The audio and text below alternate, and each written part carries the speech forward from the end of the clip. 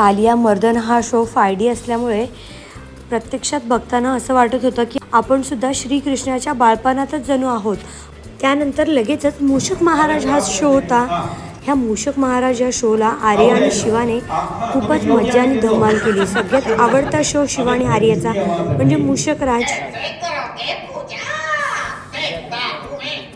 अरे पर सामने तो आओ, ये क्या आकाशवाणी कर रहे हो? जा शिवा जा जा।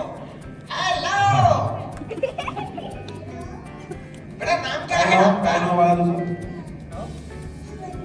अच्छा शिवन्या। खुशी थांब, खुशी थांब। शिवानी तुझं नाव काय? शिवन्या। आता मला सांग चॉकलेट खाल्ल्याने काय होतं?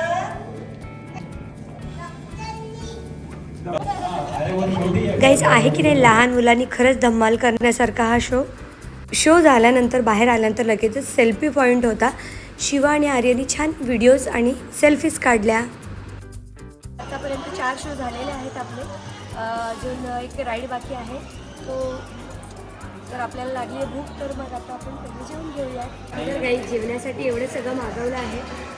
चायनीज डिश आहे, पंजाबी डिश, अशा वेगवेगळ्या प्रकारच्या डिशेस फक्त एक राहिले प्रत्येकाने मागवलं आहे। आर्याचा पिझ्झा अजून येतोय, शिवन्या मात्र तिकडे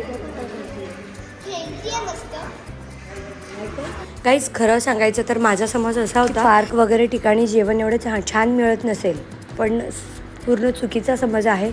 खूप टेस्टी अशा सगळ्या डिशेस होत्या, खूप छान टेस्ट होती जेवणाला। विकास मामा शिवा आणि आर्याला चॉकलेट्स घेऊन देत आहे। बरेच सॉफ्ट टॉईज शिवाच्या घरात आहेत खेळण्यासाठी, तरीसुद्धा तिला तिथले सॉफ्ट टॉईज खेळायला घ्यायचे होते तिला।